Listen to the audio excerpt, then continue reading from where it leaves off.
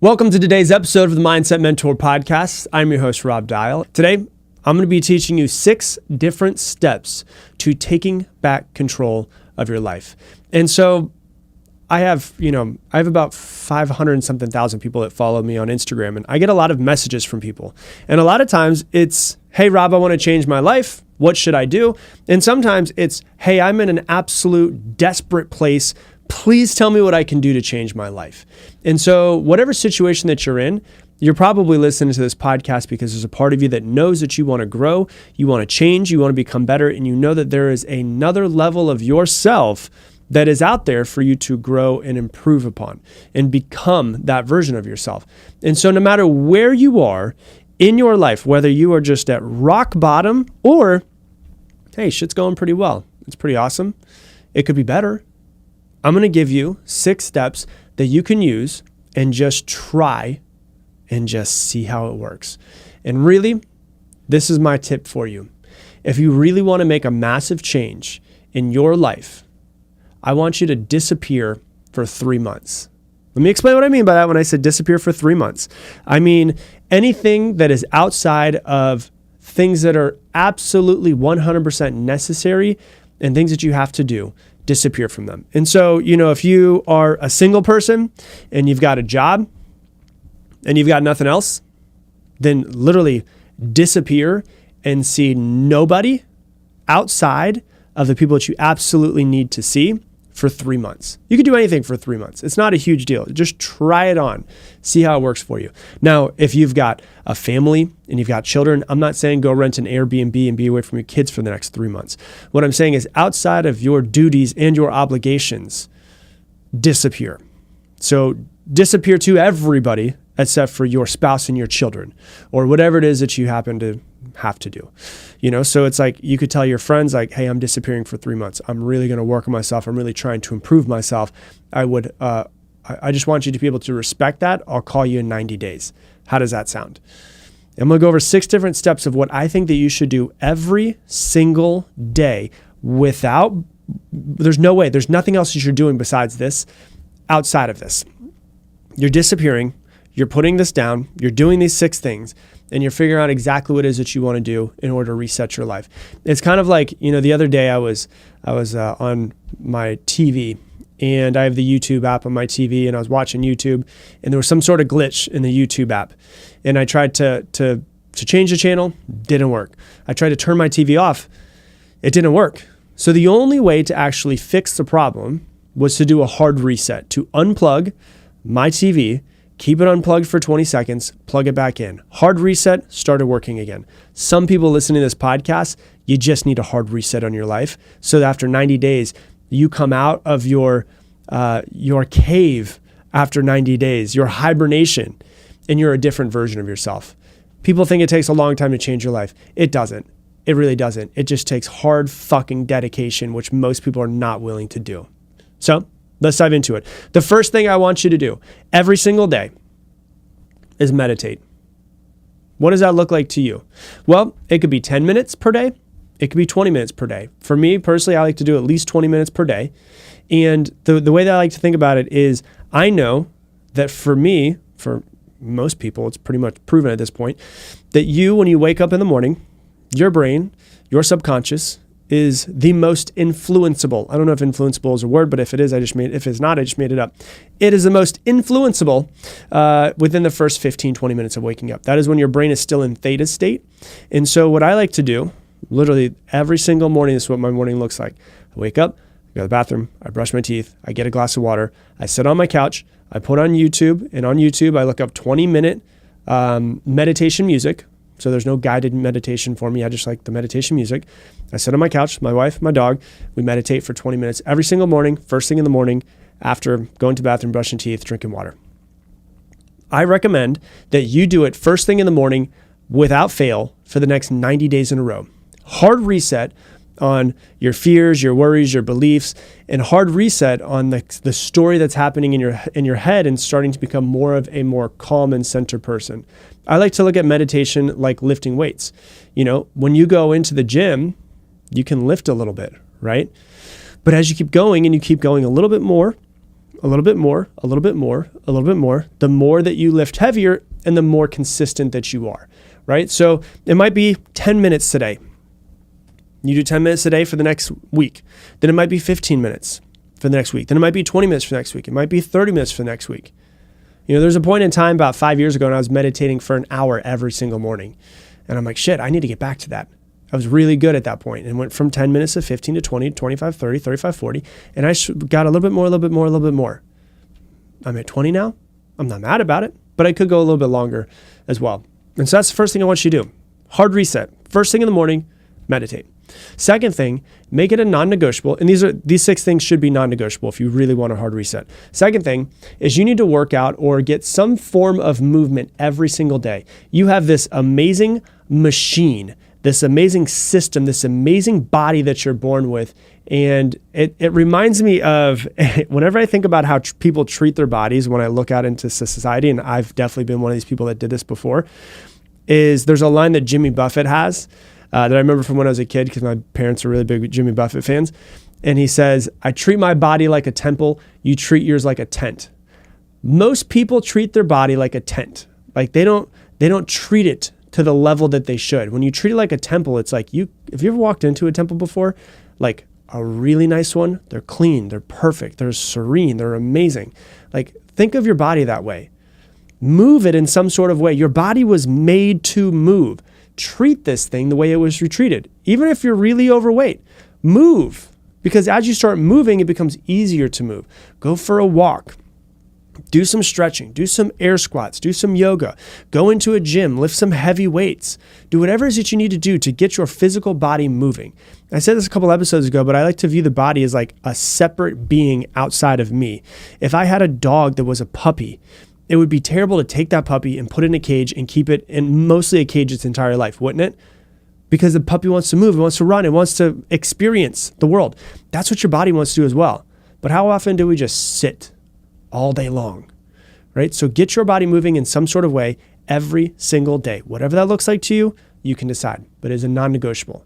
Number 3, hey, if you're loving this episode, please do me a big favor. Go ahead and hit that like button down below and then comment, what are some topics that you want me to cover in future episodes?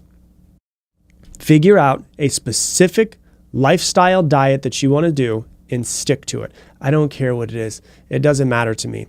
If you want to be vegan, vegetarian. If you want to be carnivore, be carnivore. If you want to do the whole 30 and you could just turn it into a whole 90, go for it. Remove all the processed foods, remove all the seed oils, drink good water, right? Just stick to some sort of diet that works for you.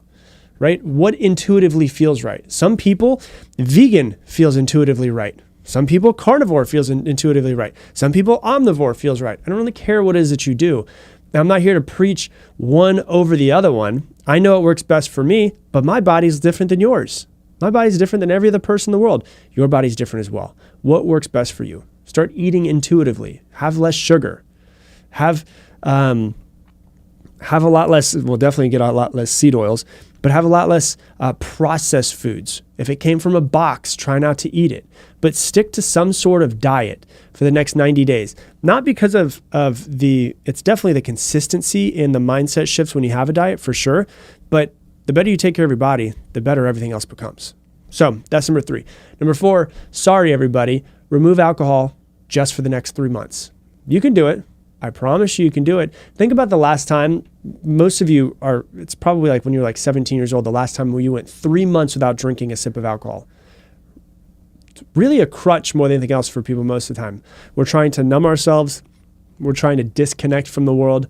So can you figure out a way to take your body and say, you know what, it's so important to me. I'm going to work out every single day. I'm going to make sure that I eat the right way, and I'm going to make sure I'm not going to have alcohol. Because alcohol stays in your system for up to 80 hours. That's 3 days, which means if you drink on a Sunday before you go to work, you're just going to have a couple glasses of wine. That couple glasses of wine could stay in your system Monday, Tuesday, Wednesday. That's over 3 days. Just think about that. You're not really fully up and optimized for 3 days. It's taking you out of the game. I don't know about you. Like, I want to be the best version of myself. If I'm going to put myself into my life, into my podcast, into my business, I don't want 70% of myself to be showing up because I was drinking too much, or because I had a couple of glasses of wine, or because I wasn't eating the way that I should have. I want 100% of myself. I want 100% of my body, of my brain power, of my energy to go into whatever it is I'm trying to do. That's the way that you really start to move the needle in your life.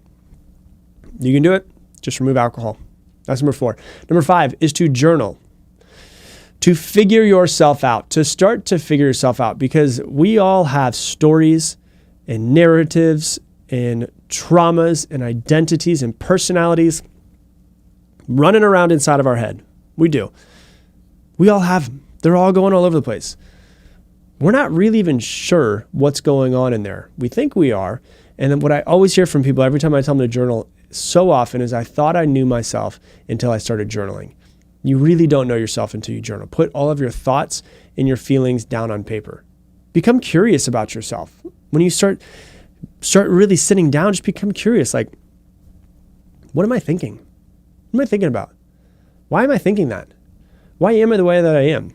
What's made me the way that how's my relationship with my mother? How's my relationship with my father? Do I resent anybody? Am I holding on to any anger? Am I holding on to any resentment? Am I holding on to sadness? And just start asking yourself questions. Just become curious. Imagine that you're a detective and you're showing up for a case and you're trying to figure out this person that you are. What's the detective going to do? Question, question, question, question, question. So you sit down with the journal, you start asking yourself random questions and then come up with the answers of them. Ask yourself questions, come up with the answer of them. Man, I was really pissed off yesterday. Why did what she say to me get me so pissed off? Oh man, because it reminded me of this thing that happened when I was younger, when I was bullied as a little boy. And even though it wasn't her fault, she triggered this one thing in me. I became triggered from it. And it wasn't her fault. It was just because of something that happened to me when I was younger. Oh shit. I kind of understand myself a little bit more. And you start to ask yourself these questions. And then my favorite thing to do is you can get very vague with the questions, but you can also get very direct with the questions. So one of my favorite things, if you're sitting down, you're like, I don't know what to ask myself this morning. Very easy question. Ask yourself, what do I want? And you can keep it very vague and just see what comes up, because what comes up today might be completely different than what comes up tomorrow. What do I want? And actually start to figure out what it is that you want. Now you can go from that vague, now you can go really direct. What do I want in my relationship with my spouse? What do I want in my relationship with my children? In my relationship with my parents? What do I want in my career? What do I want in my bank account? What do I want in my body? What do I want in my personal space? What do I want in my environment? What do I want in my friendships? And you can get really clear with all of these things. What do I want in my business? And you can go really vague, what do I want? And you could go, what do I want in each one of these things? And you can start asking yourself these questions. What do I want in my bank account? I want $5 million in my bank account. Why do I want $5 million in my bank account? Well, I feel like it'd be safer. Okay, is it true that money is safety? Now we can start going down a rabbit hole and actually start to pull things up that might be some things that are holding me back. And we can figure out what that is. So that's number 5. Journal every single day. And number 6, decide your other non-negotiables. For everybody listening to this, there's some certain non-negotiables that you need to have. We're all working on something different. We're all trying to become better.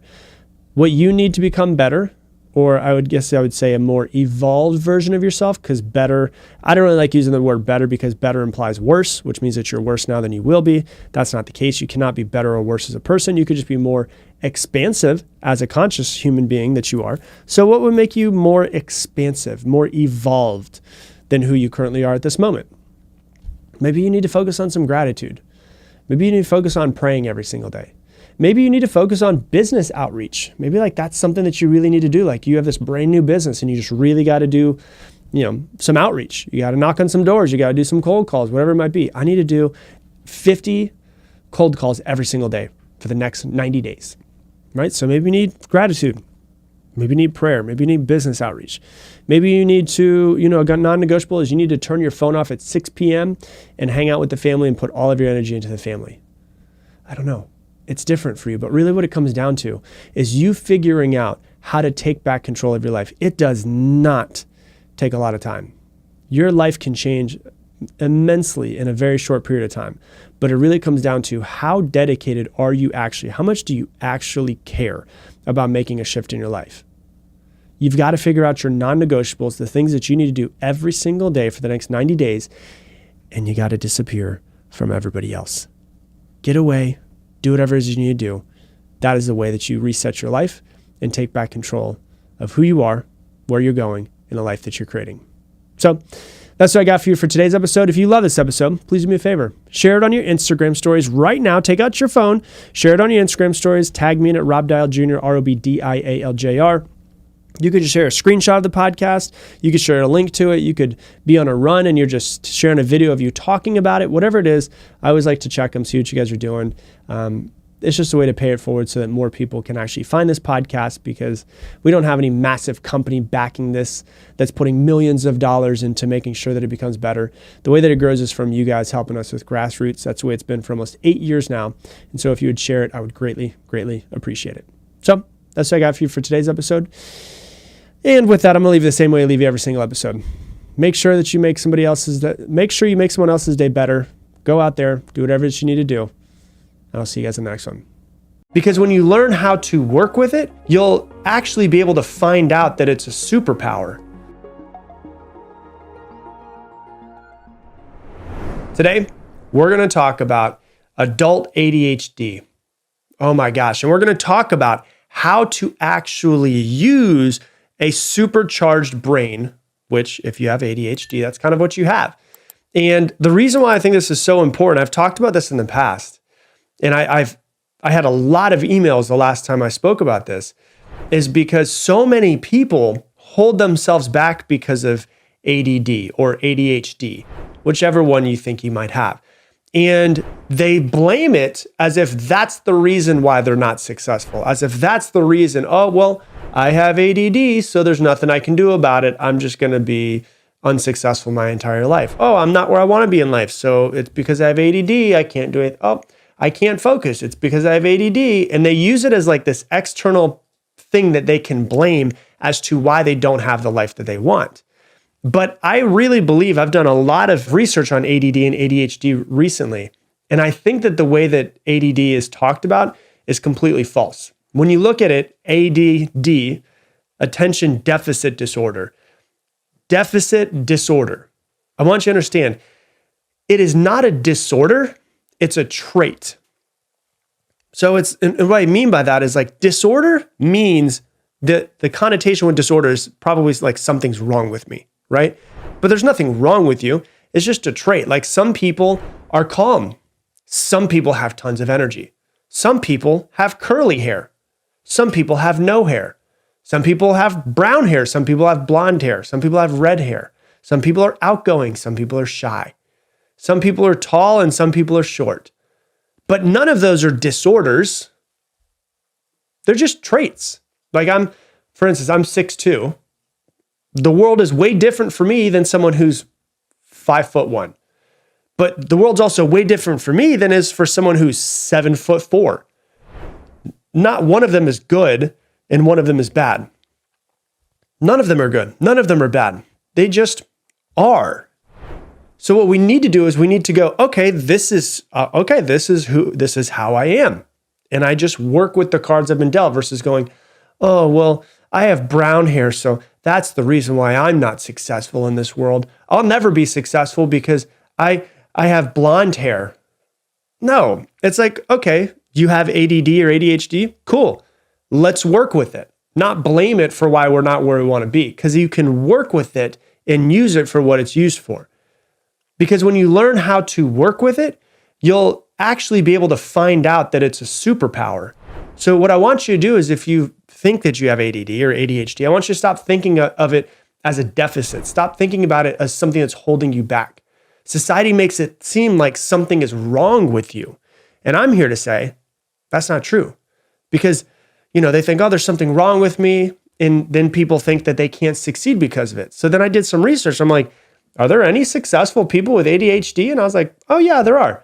Richard Branson, billionaire, he has ADHD. Bill Gates, billionaire, he has ADHD. Ryan Gosling, ADHD. Michael Phelps, ADHD. Simone Biles, ADHD. Michael Jordan, ADHD, another billionaire. Justin Timberlake, ADHD. Jim Carrey, ADHD. We probably could guess that one. Shaq, ADHD. Ernest Hemingway, they think had ADHD. And many people actually speculate that Albert Einstein and Thomas Edison both had ADHD based off of what was known about their habits and their traits. So I say that to you because I don't want you to think this is a problem that I have and I won't be able to get the life I have because of it. I want you to think of it as like, oh, it's just a trait and I can work with it and still succeed and create the life that I want. So stop thinking that it's something that can hold you back. You just need to learn how to use it. But, it's the way I want you to think of it is like this. Think of basically having a super fast race car for a brain. Like you have the Ferrari brain.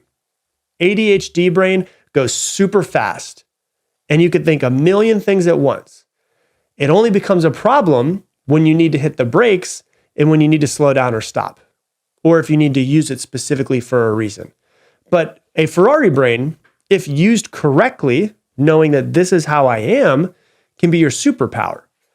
And I did some research on it. It's estimated, just FYI, that if you have been told by a doctor that you have ADHD, it's estimated that between 30 to 40% of adults diagnosed with ADD or ADHD don't actually have it and they were misdiagnosed.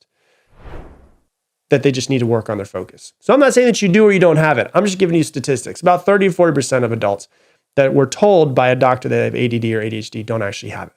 And so they just need to kind of work on their focus. And a lot of people that just are distracted say that they have ADHD, even though they've never actually been diagnosed with it.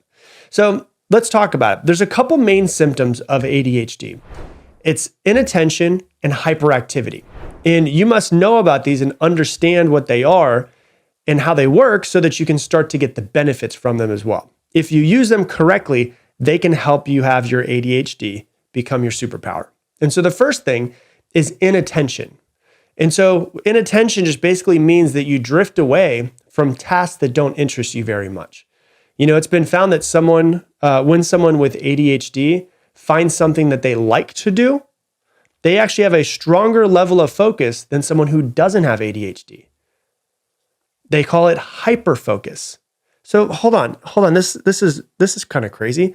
We're told that people have this deficit and that they can't focus, but they have found that people who have ADHD, when they find something that they enjoy, they actually have something called hyperfocus. They can lose themselves in it. And they can be so focused, and they can just kind of disappear into whatever it is they're doing for 2 hours, 3 hours. No one talks about this. So the problem might not be your brain. It might be what you're doing in your life. If you're often distracted, you're not doing something that you enjoy. So maybe, just maybe, if you get distracted a lot when you're doing something, it might be that you just have a very intense BS meter for things that you don't like. This is BS. I'm not doing this. I'm just going to click off and start thinking about other stuff. But here's the cool part about inattention, though. The kid with ADHD in school, when they're not paying attention and they have ADHD and they're trying to sit still, what are they usually doing?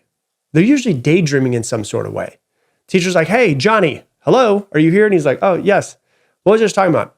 I don't know. I'm not sure. I'm sorry. Usually they're daydreaming. Your brain is searching for something interesting and exciting because you're so damn bored with what you're doing. And so naturally, that means that you're really good at discovering new things. You're naturally more creative. And so if you're out there and you have ADHD and you have a desk job where you do the same thing over and over and over again every single day, it's probably really easy for you to get distracted, right? You might notice that your brain is off somewhere because your brain was not built for monotony. Your brain was built for creativity, not the same task over and over and over again. So what do? You try to use your brain for what it was built for. And so how do you use this superpower? Well, if you have a Ferrari, you can drive it slow if you want to, but eventually you're going to be like, this is boring. What do? If you have a Ferrari, you use it for what it's used for. Like you drive it the way it should be driven. You find a really nice curved road and you drive the hell out of that car, right? Do the same with your brain. Figure out what your brain was built for and start doing that. Explore different subjects. As someone who has ADD, you have more curiosity than the average person. So let your curiosity lead the way in your learning. You might find out that you're really into science or art or history because you decided to explore and you decided to let your mind wander.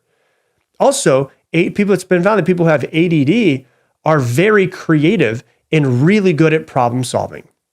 So once your brain, if it's jumping from idea to idea, you're likely to come up with some creative solution that other people might not think of. And so your superpower in this situation is actually your curiosity.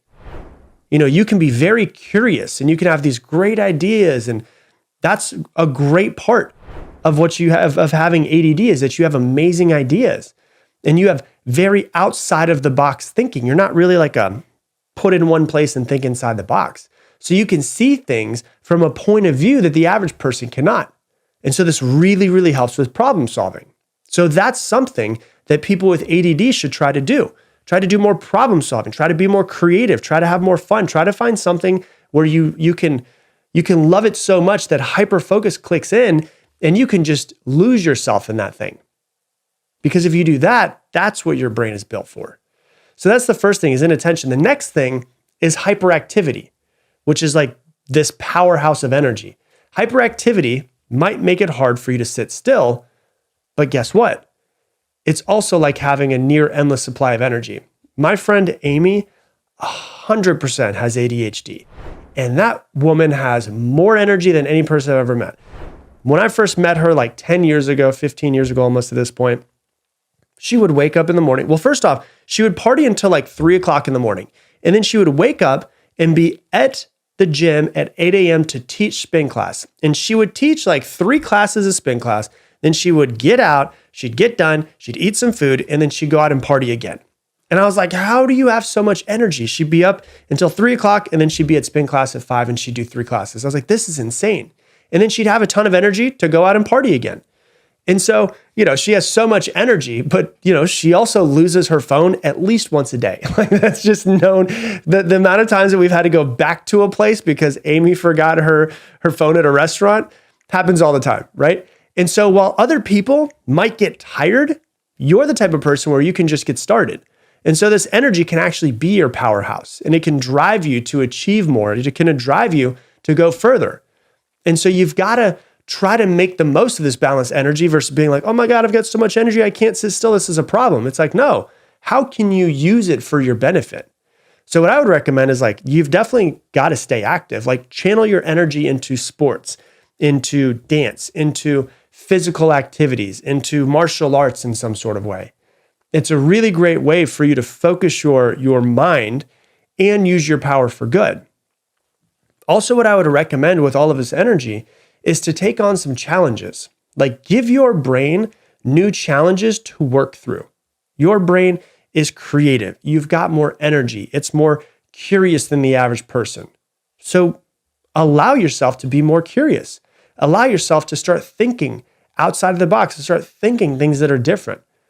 You have stamina to see things through when other people might give up or might just get tired. And so you've got to see how you can turn it into your superpower. Like ADHD can be your superpower. And so having ADHD is like having a toolbox that's filled with very unique tools. And it's all about how do I actually use them? And so here are some ways to get the most of your superpowers. Number one, first off, if you have it, accept it, embrace it. Don't see it as some sort of deficit, like there's a problem with you. I've talked to so many people who have ADHD and it's so hard for them to stop fighting for like their ADHD to be something that's wrong with them. Like for years, they've seen it as a problem. And when they realize that it's not a problem, it's still hard for them to let go of like, okay, it's not a problem. It's something that I need to contain and I need to work through and I need to use it the right way. It's not a bad thing like you've been told. And that's one thing that I really want you to understand. It's a really good thing when you use it correctly. It's just a trait of yours. And so use it to create amazing things in your life, to come up with amazing ideas. Also use it to find your passion. Like I said, because of the fact that if you do have ADD or ADHD, you have a very low tolerance for that you don't like. That's why you get bored. That's why your mind clicks off. That's why you're going off into daydreaming and thinking about other things, is because your brain doesn't like monotony and it doesn't like doing something that you don't want to do. And so use your curiosity, use your creativity, use your energy for doing things that you love doing. People with ADHD have a very low tolerance for stuff that they don't like. So just find your passions, find things that you want to do. When you're passionate about something, your ADD can help you excel more than you can possibly imagine. So you just might not like the box that society's put you into and that you've put yourself into. You know, ADHD is a sign that your brain is equipped with some pretty amazing features. So I really want you to stop looking at it as if it's something wrong with you, as if it's a deficit, as if, oh my gosh, I wish I were just normal. No, that's not the way that you want to look at it. You want to look at it and go, okay, are there challenges with that? Sure. There's challenges of a brain that doesn't have ADHD. But what I want you to do is actually start seeing it as a toolbox and a collection of superpowers. You know, whether it's your curiosity, whether it's your creativity, or it's your endless amounts of energy, when you realize that you can use it the right way, when you use it for good, it can help you get so much further along in life. And if there's so many successful people that have created amazing lives with ADHD, you can do it as well. You just got to realize how to harness the superpower of the supercharged brain. Hey, thanks so much for watching this video. YouTube really thinks, based off of what you've been watching recently, you should watch this video right here. It's designed for you. And if you want to subscribe so you make sure you don't miss any more videos, click that button right there. Welcome to today's video. Today we're going to be talking about the 9 things that you need to do to help you be more successful. Let's dive in. When we talk about success, the word success is a relative term. You know, when I say success to some people, it could mean that you are worth $10 million. Success to some people could mean that you're an incredible parent. Success to another person could mean that you have a job that you make, you know, a good amount of money, but you're able to travel more than an average person because that's what you really want to do. But really what it comes down to is these 9 different steps are going to help you be more successful, kind of get yourself together, get yourself back in line. And do you have to do every single one of them? No. Is it required? No. Could you do none of these things and still create the life that you want to? Sure.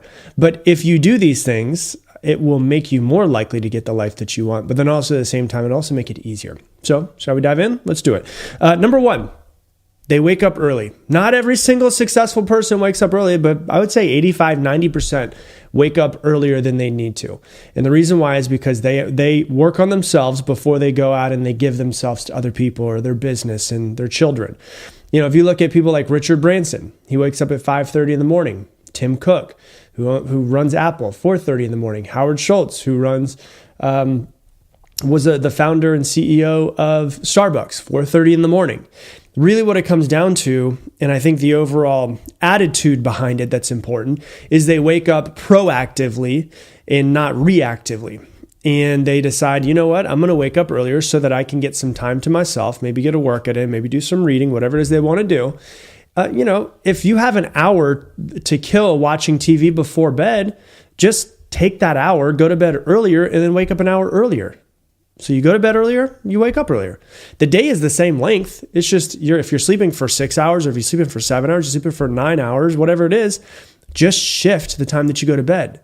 You know, if for me, I have less energy at night. Some people have more energy at night. So what is the right situation to create an environment where you can wake up earlier? You and your body are different than me and my body and everyone else's, but if it's something that you want to do, it is 100% possible. So ask yourself, do you wake up early enough for you time? That's the thing to think about. The second thing that I've found with the most successful people is they read almost every single day.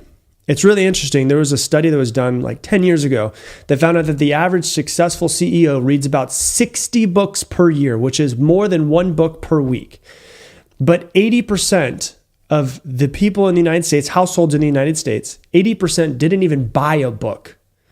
So you could either not read, and you're probably going to be more in the category of a normal average person, or you could read like crazy and start getting yourself more into the category of people who are more successful.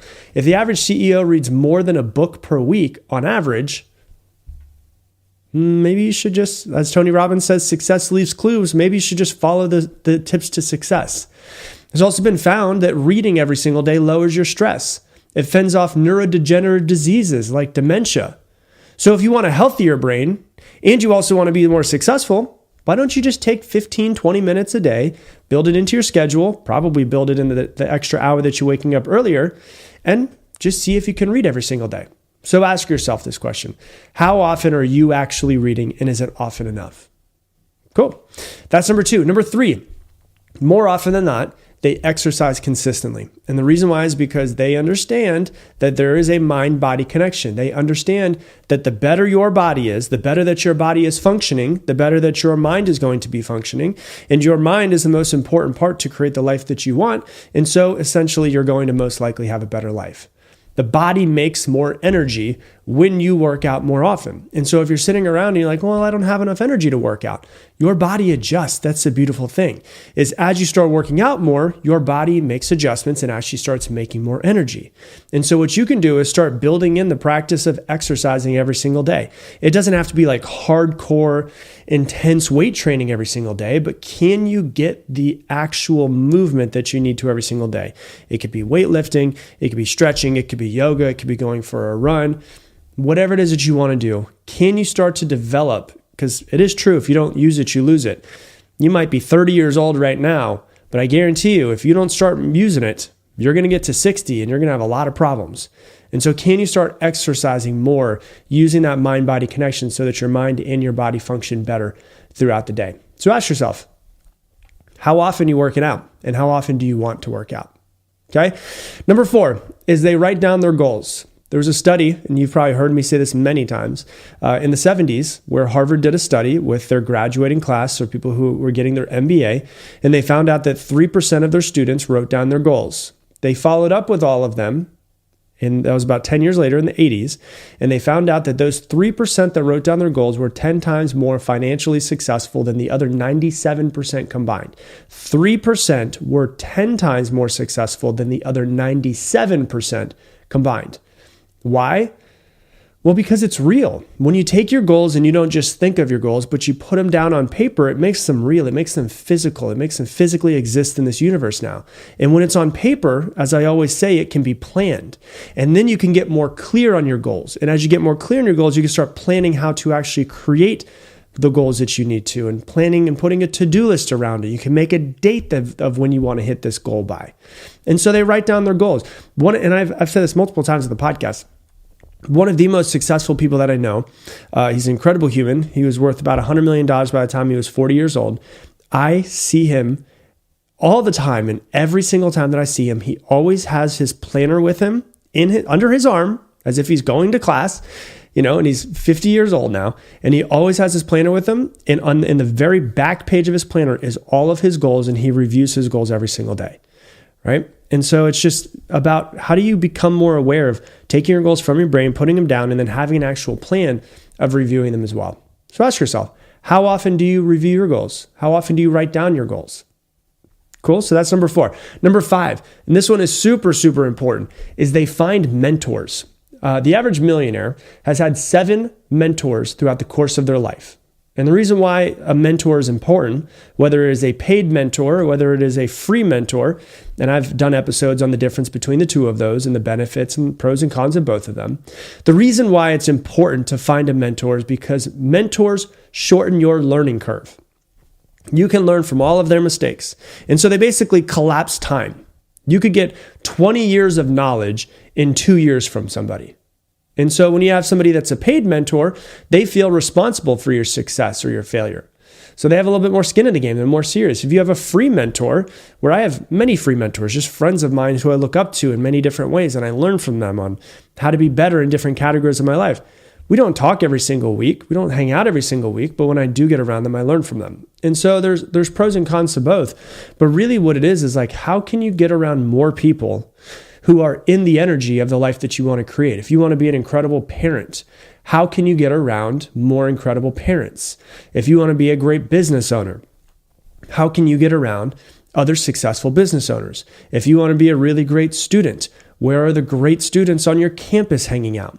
It's about getting yourself in the energy of that. And I think one of the things that's not really spoken about much with mentors, obviously you learn a lot from them. Obviously they teach you how to get to success quicker. But one of the things that I think is most important is as you start hanging out with more people who are more, once again, successful, whatever that means to you, the more that life that they have that seems maybe a little bit out of reach for you and maybe a little bit out of grasp, the more that it seems like, you know what, I could do this. And it seems more attainable. It seems more natural. It seems like it's something that you're going to be able to do versus being like, oh shit, I don't know if I can make this happen. And so you've got to really start to think about how are you going to find mentors? You got to ask yourself, how will you find your next mentor? What is the next mountain that you want to climb? And then how can you go find those people?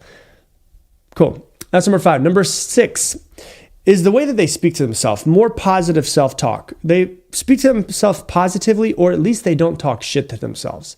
I want you to understand we're not born with speaking positively to ourselves. It's something that we have to be intentional about. And, I did a video years ago, and in the video I had a, big old pot of water in my hand. And on the left side, I had, kind of like a flower bed, but there were no flowers in it yet. And on the right side, I had one as well.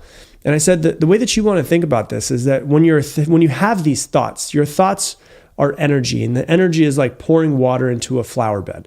And over here on the right, I have a flower bed with flower seeds in it. And over here to the left, I have a flower bed that has just a whole bunch of weeds in it. When I take this water and I take my energy and I take my words and what I speak intentionally, if I speak intentionally to myself, it's like me going and pouring water. And if I speak well to myself and say, I'm proud of you, I love you, it's like me taking that water and pouring it over the flower bed so that I can water the seeds. When I talk trash to myself, it's like me taking the water and pouring it over all of the weeds. Whichever one I put the most energy into is going to grow. And so if I put a lot of my time into watering the weeds, I'm going to create more weeds. That's just what my life's going to be. So if I talk negatively to myself all of the time, I'm going to only be surrounded with more negative self-talk. It's going to get worse. It's going to seem like it's everywhere. But if I intentionally start watering the other flower bed where the flowers are and the flower seeds, then I'm going to get more positive in my life. So you got to start thinking that way. You'd never talk to someone the way that you love the way that you talk to yourself sometimes. So you've got to start to transition and start to think about how can life is hard, success is hard, all of these things are hard. Why make it harder on yourself by being an asshole to yourself? Why not at least try to be making it a little bit easier and be a little bit of your number one fan? And so you got to ask yourself, what part of your self-talk needs improving? Cool? Number 7 is they don't worry about failure. In fact, what I have found with the most successful people that I know is that they embrace failure. And they know that they are going to mess up over and over and over and over and over again. And so they don't try to avoid failure, or they don't not do something and not start something because they're afraid of failing. They use it as a way to learn. They use it as a way to get better. And they use it as like, hey, I'm going to get a lesson from this. But I know, and so it's kind of like this idea of, I know that if I go and do this thing, I'm going to fail, and I'm going to fail a lot. So instead of avoiding those failures, I want to get all of them out of the way as fast as possible. And that's one of the reasons why I see that successful people take immediate action. Like they make very quick decisions. The reason why is because they're like, I'm going to fuck it up and figure it out. And I'm going to mess up, and I know I'm going to fail. And as long as I just don't stop, I'll eventually get to where I need to be. So I want to get those failures out of the way as fast as possible. And it's like the thing that I find with people who are just so afraid of starting is that they're so afraid of failing. And I'm like, there's no way to divorce the relationship of failure and success. Success, in order to get there, you're going to have to fail and fail and fail and fail and fail and fail and fail. And then eventually you figure out what works. You can't take the two apart. They're two sides of the same coin. And so you really have to ask yourself, how can I get better with failure? How can I learn from all of my failures? Okay. Number 8, that kind of goes into what I was just talking about, is they just don't stop. Do you want to know this? The real secret to success? Just outlast everyone else, because most people are just going to give up. because that's just what people do. Most people don't start, number one, and the few people who do start usually give up pretty soon. So if you just decide this is the thing that I want to get better at, this is the thing I want to be successful at, and you just don't stop, you will be better than 99.99% of people in the world. That's just the way that it goes. That's the secret to success. That's really what it comes down to. Just stop stopping. That's really what it comes down to. Right? So do you give up on your goals too early? Lots of people get excited to start and then they give up. And so you've got to ask yourself, how often, or how I guess the better question would be, how different would your life be if you just didn't stop? Like if you said, this is the thing, I'm going to do this, and I'm absolutely 100% going to do this, and I'm just not going to stop. Where would your life be in a year, in 5 years, in 10 years? So that's number 8. And number 9 is that they take calculated risks. They don't take risks that are crazy. They usually go, you know what, I'm kind of thinking about starting a business here. They think about starting that business and then they say, okay, what are all of the risks? And then they outweigh all of the risks with all the pros and all the cons. And they start to see what the risks are. And so some of the most successful people, like I have a friend who I was talking with yesterday. He retired by the age of 37. Him and his wife both retired. And, he's worth, as an investor, which he's been investing now for about 9 years, he's worth over $100 million. Different guy than the guy I was just talking about right now. And he is extremely calculated. He goes through investment opportunities. He's invested in over 200 companies. And when he goes through and he vets these, he is extremely calculated. Like he doesn't just go, oh, this company looks like they're going to do really well.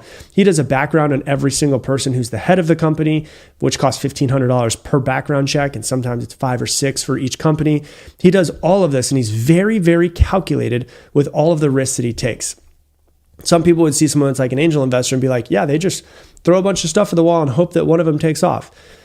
Sure, some of them might do that. But what I found with the most successful people is they take risks, but they're very, very calculated risks.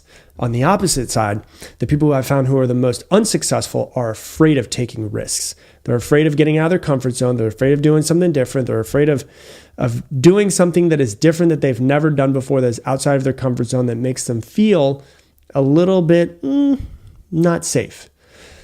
If you want to go out and you want to create something that you've never created before, you're going to have to do things you've never done before. And if you don't risk anything, you risk everything in this life. And so ask yourself the question, how can you get better at taking more calculated risks? So those are the 9 things that you need to do if you want to be successful. If you love this podcast episode, please share it on your Instagram stories and tag me in it, Rob Dial Jr., ROBDIALJR. If you love this podcast, you'll also probably love my book that just came out a couple months ago.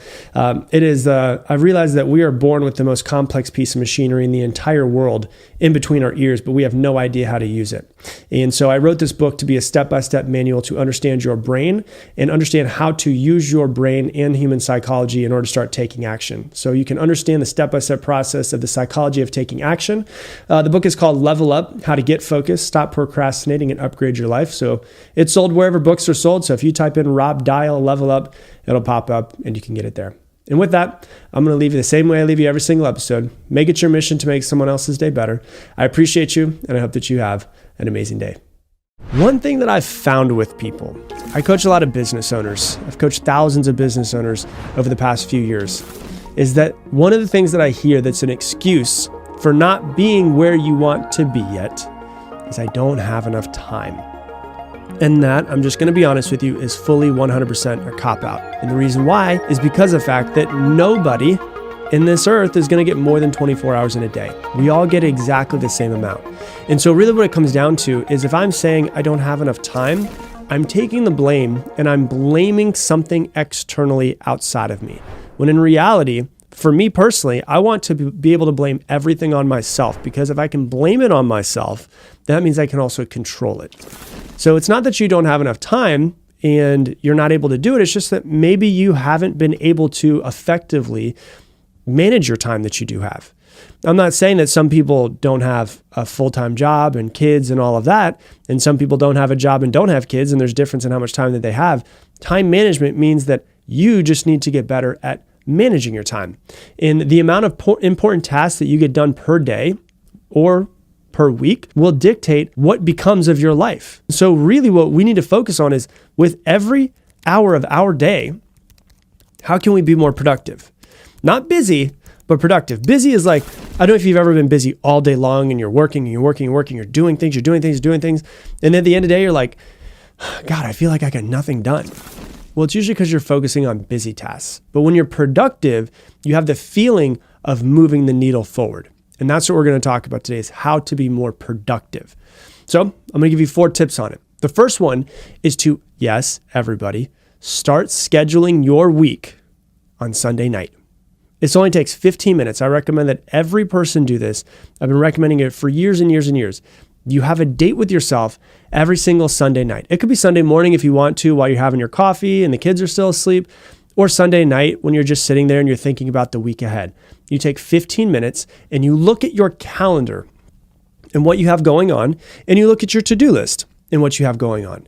And then what you want to do is inside of your calendar, this is something I was taught when I was younger, before we actually had our calendars on our phones and everything. We used to have like the actual 15-minute calendar from 7 a.m. until 7 p.m. Every 15-minute increment was broken out. And we used to take our calendars and we used to have the set things and we used to have the movable things. Set is something that is static, something that cannot be moved.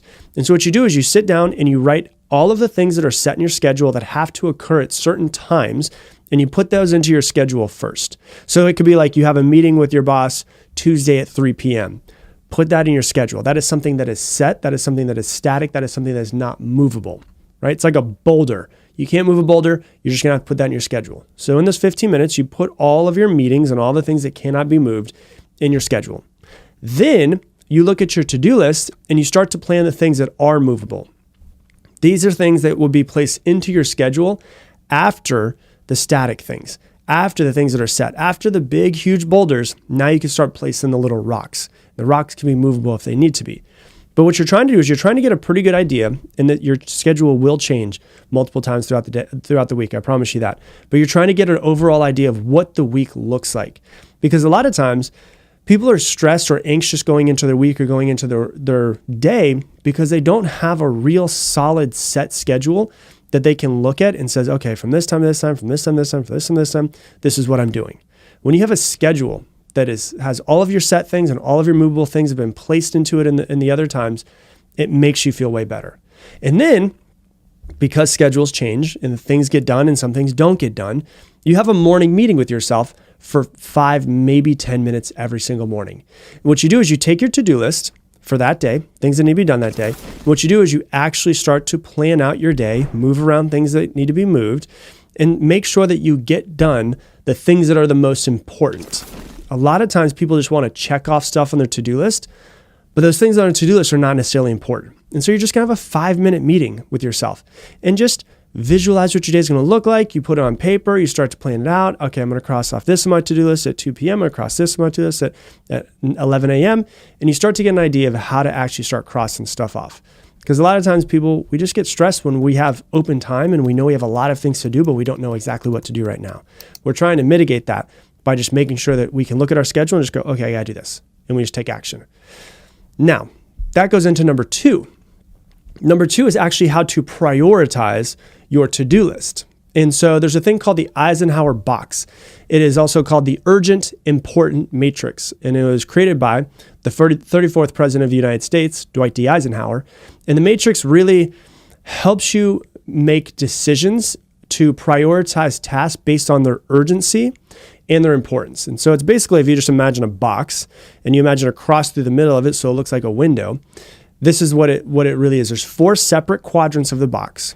Quadrant 1, which is in the top left, is the urgent and important things. This is called the do it now section, the things that have to be done today.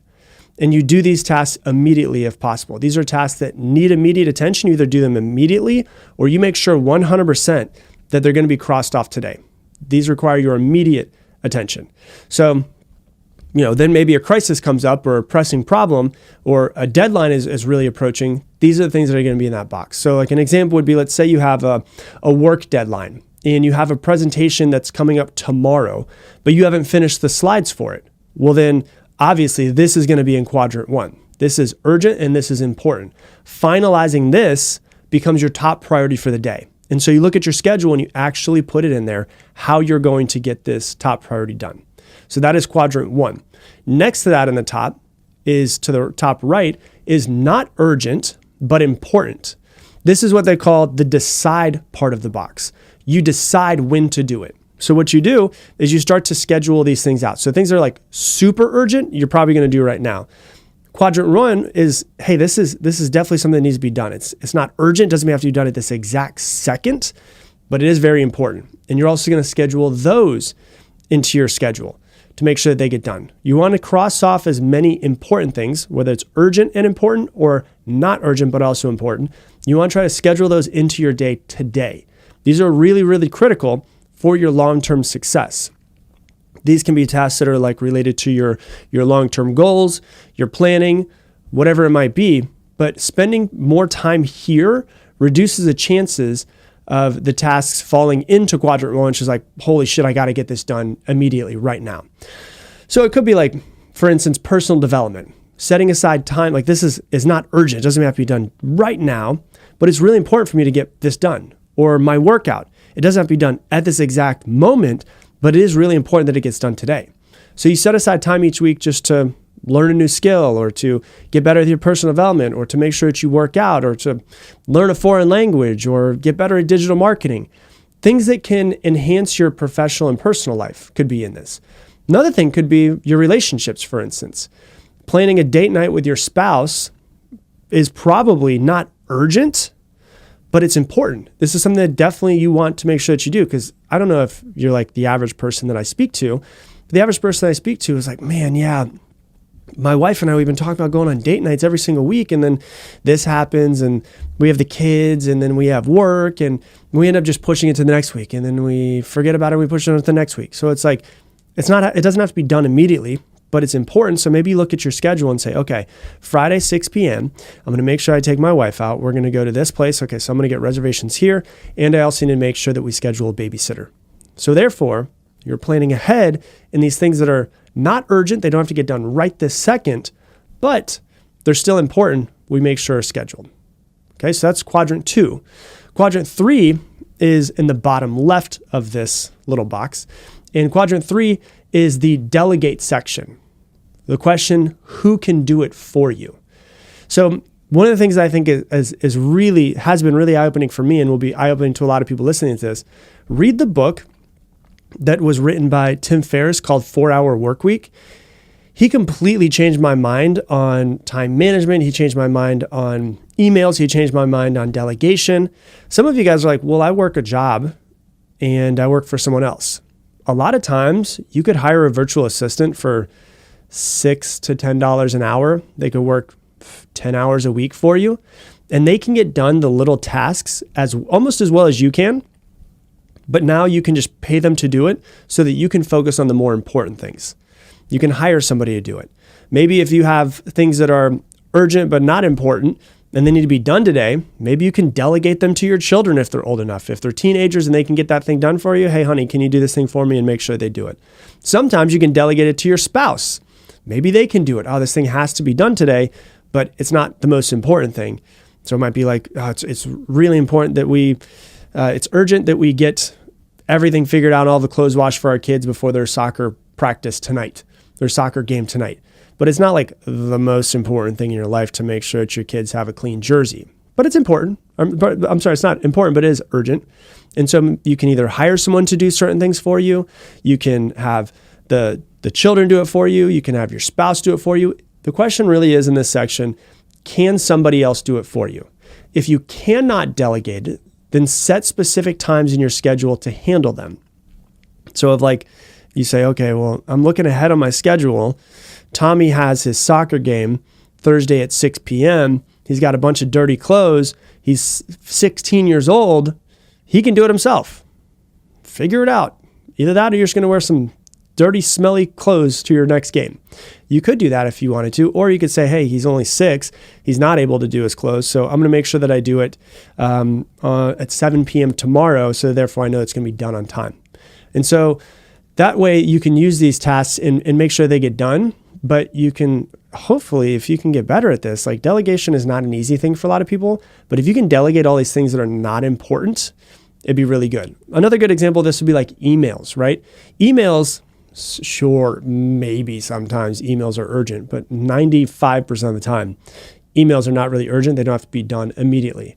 And so emails could be an example of this. When you're being interrupted by constant email notifications that aren't really like related to pressing issues and things that have to be done in your life like right now, or your primary objectives or like your biggest things on your to-do list, those can get in the way.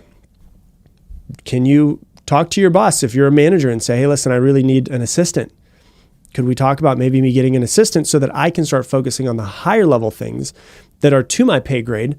So therefore, I'm not doing these tasks that really aren't important for us making more revenue in the business. See if that's possible. It might be, it might not be. But really what it comes down to is starting to actually look ahead and plan these things out. And then quadrant 4 is in the bottom right, and it's not urgent, not important. And this is what they call the delete section.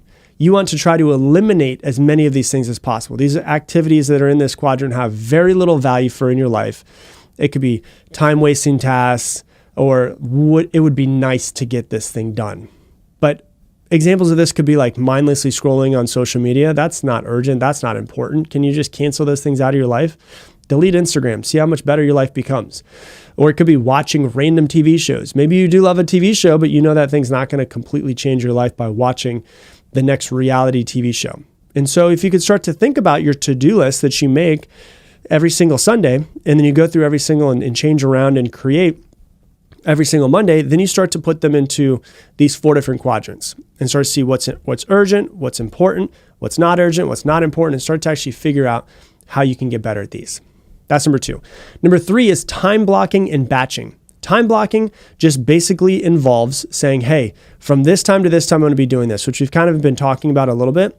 But really what it comes down to is time blocking. I really need to get this thing done. So from this time to this time, I'm focusing. Don't talk to me. I'm not doing anything. I'm not talking to anybody. I'm focusing on one task and one task only, which we're going to talk about in step number 4. But really what it comes down to is how can I make sure that I am time blocking to get my things done when they need to be done? And in time blocking is really holding that time sacred to make sure that what needs to be done is actually done. Because I don't know about you, there's nothing more stressful than being busy all day, not productive, not getting the things done that are really urgent and really important, and then having to push them to another day. That's the type of stuff that's in your head when you wake up in the morning to go to the bathroom, and you go to the bathroom and your brain immediately goes to that thing, and then you're up for like 2 hours. Because you're like, oh shit, I didn't get that thing done, and I didn't plan it as well as I should have. And so that's really what it comes down to is time blocking. And then with batching is if you do something consistently throughout the week, multiple times throughout the week, can you get all of that done in one section where you time block that? So for instance, I've used this example many times. When I record the podcast, I sit down and record the podcast. So Wednesday morning, I plan 2 podcast episodes, do all of my research, everything I need to do. I put all the bullet points together, and then I record those 2 on Wednesday afternoon. Then on Thursday, I do the exact same thing as Wednesday. So Thursday morning, I plan them out, I figure it all out, and then I record 2 of them. So that way I execute 4 every single week. And I don't do like 1 on Monday and 1 on Tuesday and 1 on Wednesday and 1 on Thursday. It's batching all of the things that I could do. So if you maybe create content on social media for your business, you have a flower business and you want to start putting up promotional stuff and make sure that you get as many pictures and videos and reels done and stories and all of that. Well, maybe you could just batch all of that content on Monday morning, take a 2-hour block and get the entire week done. And now all you have to do is just post it and not actually have to worry about creating it every single day. And so that's what batching looks like. Something that you do multiple times throughout the day. Is it possible to have as few segments of your schedule that are longer to get all of those things done? So that's number 3. And number 4, if you've listened to this podcast for a while, you know like I'm the biggest fan in the world on this. Not only am I the biggest fan and I use it every single day, like this is how I live my life and get stuff done, but it's also in my book. Like I literally have a section in my book where I teach this. What is it called, everybody? The Pomodoro Technique. The Pomodoro Technique was developed in the 1980s, and it works really well. And there's actually a whole lot of science and neuroscience behind why this works so well. And what you do is you take one task and one task only, and you do it over 25 minutes. So you do 25 minutes on, 5 minutes off. 25 minutes on, 5 minutes off. And in that time, you do nothing at all set for that one thing. So you don't check your emails, you don't check your phone, you don't send text messages. For me, when I'm sitting down to do a Pomodoro 25 minutes, what I do is I will sit down on my computer. If that's like, for instance, planning on the podcast, I'll sit on my computer, I'll put on noise canceling headphones so I literally can't be distracted. My brain can't go to anything else. I put on the same song, which is Focus Binaural Beats on YouTube. It's a 3-hour song and I just let it play. And then for 25 minutes, all I can do, for instance, is research and planning of a podcast episode. My phone is in another room. It is inside of my kitchen drawer, and that's where I keep it. My notifications are off on my computer so that there's no way for anyone to get a hold of me. Frankly, even if there was a fire, I wouldn't even know, right? So, because at the end of... people act like there's so many urgent things that happen in their life all the time, and really there's not a whole lot of urgent things that really require you right now, right this second. And at the end of a 25-minute session, if there is a fire, you can find out. And so you do 25 minutes of one task only, and you try to bring 100% of your brain power to this task. Because if you really think about it, why would you want to bring less than 100% of your brain power to a task? Your best self to this task. And so if I'm sitting there and I'm writing a podcast episode and then I get a notification on my phone, I'm like, oh my gosh, I forgot to do this thing. And then I send a text message that breaks my distraction. And usually it actually hurts when I come back in and try to get focused again. So if I'm focused and I break my focus, it can take up to 15 to 17 minutes, psychologists have found, for you to get your focus back to where it was before. And so really what it comes down to, more than anything else, is you're not going to get more time in your day. It's just not going to happen. How can you make sure that with that, you get better at planning ahead for the entire week? You get better at planning every single day in the morning. And then all you have to do is just execute on the tasks when the tasks need to be done. And you are checking off the most important tasks of your day every single day. So that is my tips to help you get better at time management and get more done and be more productive. Hey, thanks so much for watching this video. YouTube thinks that you should watch this video next based off of your preferences. And if you want to make sure that you don't miss any more videos, hit that button right there to subscribe. Every time you do something that is hard that you do not want to do, you grow a specific part of your brain that helps you do it again in the future. It helps you resist impulses and stay on track towards your long-term goals in your life. And for me, what we're going to talk about is so cool because I've always felt like willpower was a muscle that I could grow. Like when I think about when I was younger, I was a surfer and stoner and partier, and I was lazy as hell. And then one day I started forcing myself to do things that I didn't want to do. At 19 years old, I found myself in a sales company, and there was a room that was inside of this office, and they called it the dungeon. It's where the AC was, and it was cold, and it was like humid, and there was all of these old receipts of people who had bought in the past. And I was like, I can just cold call all of them and see if they want to buy some more. And I didn't want to do it. And I remember specifically like a moment in my brain where I remember sitting there looking at the phone and being like, if I want my life to be different, I've got to do this. And I didn't want to do it, but I forced myself to make hundreds of phone calls a day. And over time, doing this over and over again in many different ways in my life, developed a lot of willpower. And so let's talk in detail about this part of your brain, what science actually shows us, and then how you can build your willpower as well.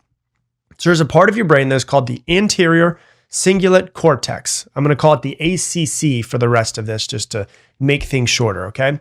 The ACC sits in the frontal part of your brain, and it plays a really key role in a few different things. Number one is what's called conflict monitoring, which is like, I really want this cookie, but I'm trying to lose weight. It also plays a really big part in emotional regulation. So that's staying calm when you want to feel reactive towards something. And it's also a really big part of cognitive control, which is overriding short-term urges so that you can stay aligned with long-term goals. Basically, inside of your brain, it is your willpower muscle. It is the voice that you can grow inside of your head that says, get up and go to the gym, even though you don't feel like it, because it's time for you to change your life. And it shows you that willpower is not something that you're born with. It's something that you actually build within yourself.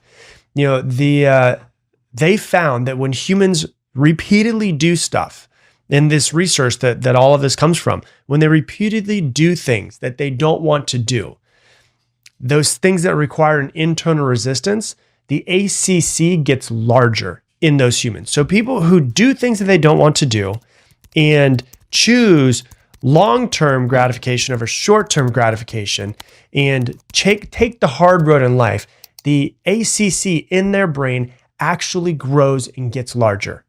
And it's kind of like, the way you want to think about it is this, like when I think about going to the gym is just gravitational resistance. When you have a 10-pound weight and you have a 25-pound weight, the 25-pound weight has more gravitational resistance that's pulling it back towards the earth. The ACC, when you find this moment in your life where you're like, I want to do this thing, or I know I should do this thing, but I just really don't want to because it's hard. Instead of it being a gravitational resistance, it's an internal resistance that you come up against in your brain. I know I should do this. I don't want to do it. And it shows you, like, the most important part of this that I really want everyone listening to understand is that it shows you that willpower is not something that you're born with by the grace of God, and some people are not. It shows you that willpower is something that can be grown in any breathing human. And we will be right back.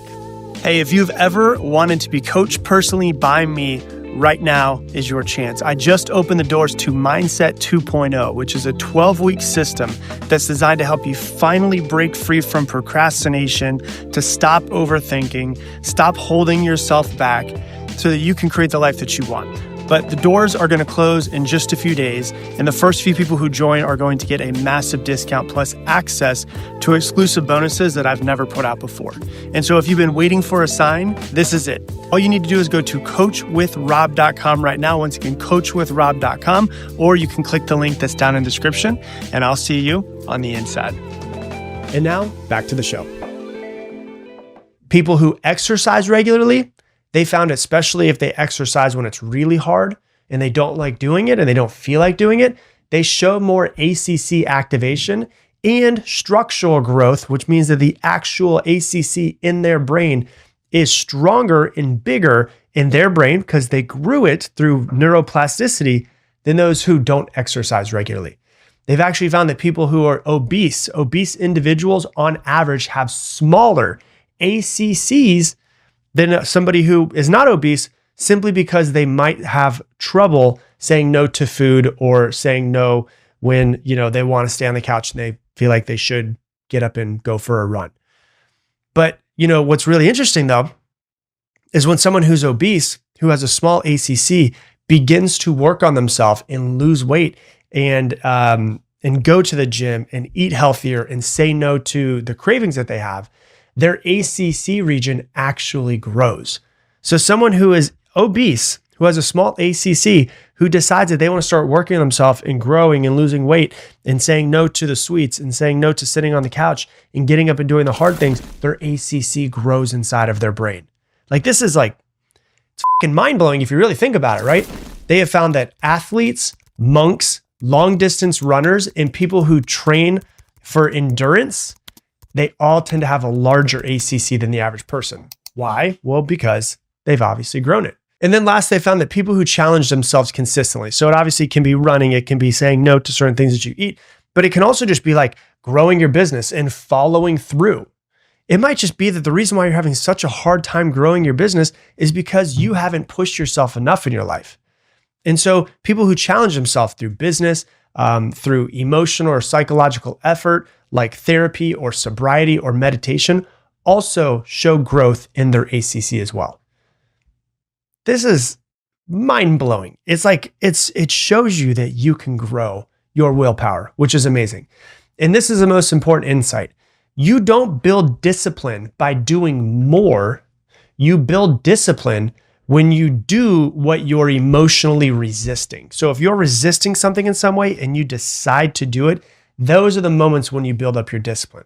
It's not the act of just working hard. It's the act of overriding resistance that actually grows your willpower inside of your brain. So I want you to think of it this way. Doing a task that you don't like or you have fear over will actually cause growth inside of this region in your brain. So whether it's, skipping dessert and saying no to dessert, or deciding that you're going to wake up early, or saying no to scrolling on your phone, or deciding that you're going to hold your tongue during some sort of conflict. Every act of self-overcoming, I don't know if that's a word or not that I just made up, but overcoming yourself is a rep to strengthen your ACC. This is one of the reasons why for years I've loved and hated cold showers. I learned about cold showers back in 2015, I think it was, when I first learned about and saw all of the amazing things that Wim Hof was doing. And I was like, I'm going to try this out. And so I started doing them, and I realized that every time I was about to go do a cold shower or do a cold plunge, I'd have this internal resistance. I was like, don't do it, don't do it, don't do it. And I was like, I've got to fight this part of me. I've got to fight what I ended up coining as the little bitch inside of my head. I have to fight that version of me. And what I realized is that it became a little bit easier to do it the next day, because I learned the benefits of how, when I did a cold plunge in the morning, it was just easier to do the hard things the rest of the day. And so let's talk about how to actually train your discipline daily and actually reshape your brain. If you were to look at it, it's like, okay, if I want to grow a muscle, if I want to grow my biceps, I need to work my biceps every single day. Well, if we want to grow the ACC in your brain, let's figure out exactly how to do it. So let me give you the step-by-step process, okay? Step number 1 is to pick one thing that you resist and force yourself to do it. You have to remind yourself that this is your neural gym session. The resistance is the weight that's on the barbell. We all have, every single day, one thing that we don't want to do. We have one thing that we're skipping, like making the bed, or answering emails, or meditating, or flossing, or having a tough conversation with a spouse or an employee, or opening your budgeting app and actually putting your budget together. The point is not the task, though. The point is training yourself to do it when you don't want to do it, especially when your mind says no is when it's important. It's not just doing the task. It's the mental resistance that you come up against and going, I'm going to do it because I'm going to strengthen my willpower through doing it. And so, you identify these points in your life of micro resistance. That's the moment where you normally check out or decide to do something different. That drawer that you need to organize, and you're like, well, you know what? I should go do something else instead, right? You find these types of things, and you go, here's what I'm going to do. I'm going to set a 2-minute timer, and that's it. You just tell your brain, we're going to do this just for 2 minutes, no drama. And then you just go, okay, I'm going to clean this thing up for the next 2 minutes. You set your timer, and then when your timer goes off, you celebrate completion. When you finish, say out loud, yes, say it out loud, something like, I show up even when I don't want to, or I'm building my own willpower, or I follow through on what I say I'm going to do. This is actually how you start to build self-trust, not by listening to a motivational podcast and being motivated for a moment. It's by consistently following through. That's how you build your own confidence and self-trust. So that's the first thing. The second thing is to create short daily discipline windows. So discipline doesn't require 3 hours. It just needs effort more than anything else. And so it's about protecting a pocket of time in your day where you're going to fully commit to something. No checking your phone, no multitasking, no, giving yourself a way to mentally opt out of it. And I would recommend just make it simple. Make it 10 to 15 minutes. Don't make it an hour. Don't make it 2 hours. For 15 minutes, I'm going to do this one thing. And here's the secret sauce of it. Make it like a mental sprint. And so it could be like, I really need to learn this complex solo on guitar. I'm gonna give myself 15 minutes and 15 minutes only, and I'm only gonna focus on just this thing. Or it might be something really complex that you need to read for work and you need to start to understand and get into your brain. Or it might be sitting there and meditating completely in silence for 15 minutes and just noticing the anxiety come up in your body and breathing through it. It could be, cleaning that neglected space that's inside of your house. It could be learning something that really challenges you, like a new language, or deciding that you want to start coding, or a concept that really confuses you. It's like this 15-minute sprint where you're just like, I'm going to focus on this thing and this thing only. Let me explain to you why this works neurologically.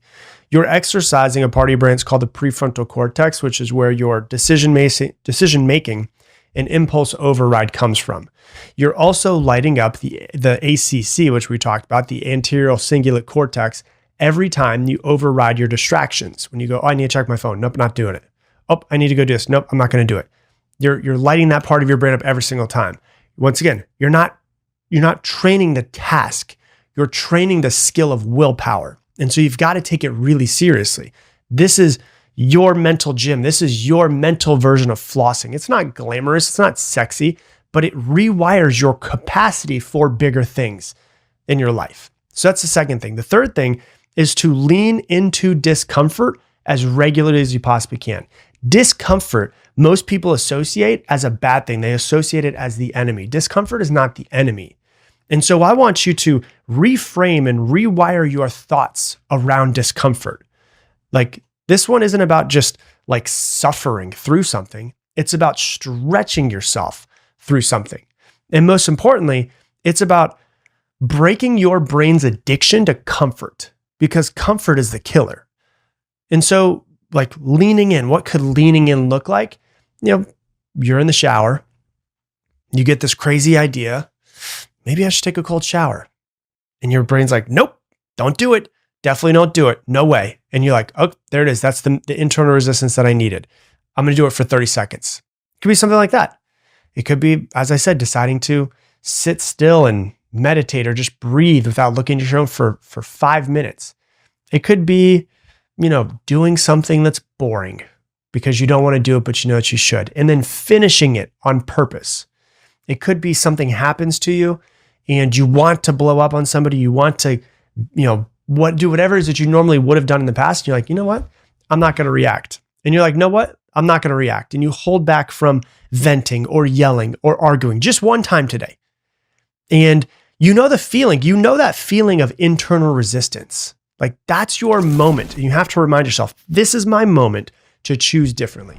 Every time that you lean in instead of checking out, your brain gets this new message. And it's like, hey, I can handle hard things without running. I can do hard things in my life. I follow through. I'm a strong person. And this is what's really important for your ACC, is that you're literally increasing distress tolerance in your brain, which is one of the highest predictors of emotional resilience. And so discomfort, for us, it's not a stop sign. It's your time for strength training. So that's number 3. Number 4 is try to start delaying gratification. This is probably the most underestimated habit, but it's directly tied to your willpower, to your longevity, to your emotional regulation, to your executive functioning. And so it's like, when you wake up in the morning and you want to check your phone, wait 15 minutes. Just delay that gratification for a few more minutes.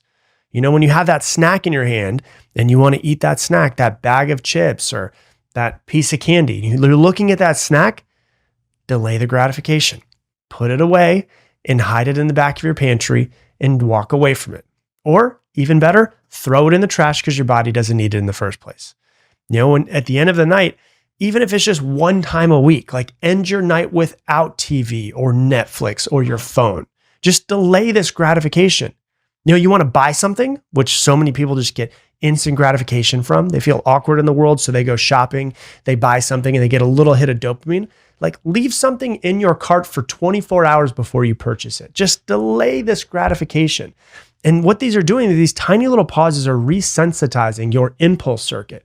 And each delay is saying, like, hey, I'm in charge of this, not the craving. And guess what? The more that you do it, your ACC grows stronger with every act of deferral. And so it learns, hey, I delay. I don't immediately go for things. So that's number 4. And number 5 is to do what I was saying a minute ago, which is reframe resistance as growth. Resistance isn't a problem. It's the proof that you're in the right place. You've just got to take a different action. And so the inner trick that I have found of, like, really high-performing people, the high-performing brain, is that when things get hard, they don't panic. They expect things to get hard. And they go, okay, things are getting hard. And they reframe it as, this is progress. This is my time to grow. This is where I'm in my mental workout. And this is how you build the mental reps out of discomfort. When you hear the brain, you get that feeling that says, I don't want to do it. Answer, perfect. we're going to do it anyways. You know, when your brain says, let's just skip today, you're like, no, I'm not listening to you anymore. I'm showing up. When your body says, oh, I'm tired, well, then your brain needs to say, hey, this is how we get stronger. And it's about reframing your relationship to difficulty. You know, you stop seeing a challenge as something to avoid or something that you have to just try to force yourself to get through, and you start seeing it as something that you actually grow from. You know, if it's uncomfortable, it's working. This is the sign that my growth is happening. And the best part is that your brain rebuilds and grows with every single rep. Every time you resist this urge, every time that you act from your higher self instead of your comfort, your brain reshapes itself, not metaphorically, actually structurally. This is actual neuroplasticity in action, which is your brain's ability to reorganize itself through effort and repetition. When you back away from a challenge, you're strengthening that part of your brain that backs away. When you go face first into a challenge, you're strengthening that part of your brain as well. So you're not just being disciplined, you're building a new brain, which is the amazing part about it. And you've got to remind yourself when you're doing something that's hard. And so studies have actually shown, what's even cooler, is that people who have larger ACCs live longer lives. They have larger or better maintained ACCs inside of their brain. Why? Because these people tend to stay mentally sharp. They tend to keep moving.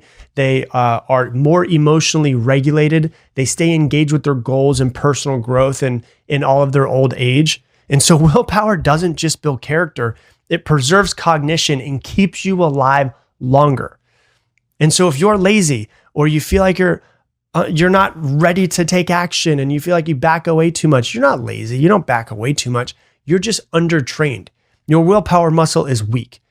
And so you've got to ask yourself, like, where am I avoiding discomfort in my life? And what is one thing that I can lean into today that I don't want to do? And then let this be your mental push-up. And that is how you grow yourself and you grow your brain. And when you grow your brain, and especially the ACC in your brain, you create a better life for yourself. Remind yourself, this is my mental push-up. Every rep of resistance is making me stronger and making my brain better and going to help me create a better life. Hey, thanks so much for watching this video. Just so you know, YouTube thinks that based off of the stuff that you've been watching recently, that you would enjoy this video the most. So click this one, watch this one. And if you want to make sure that you never miss another video, go ahead and click right there.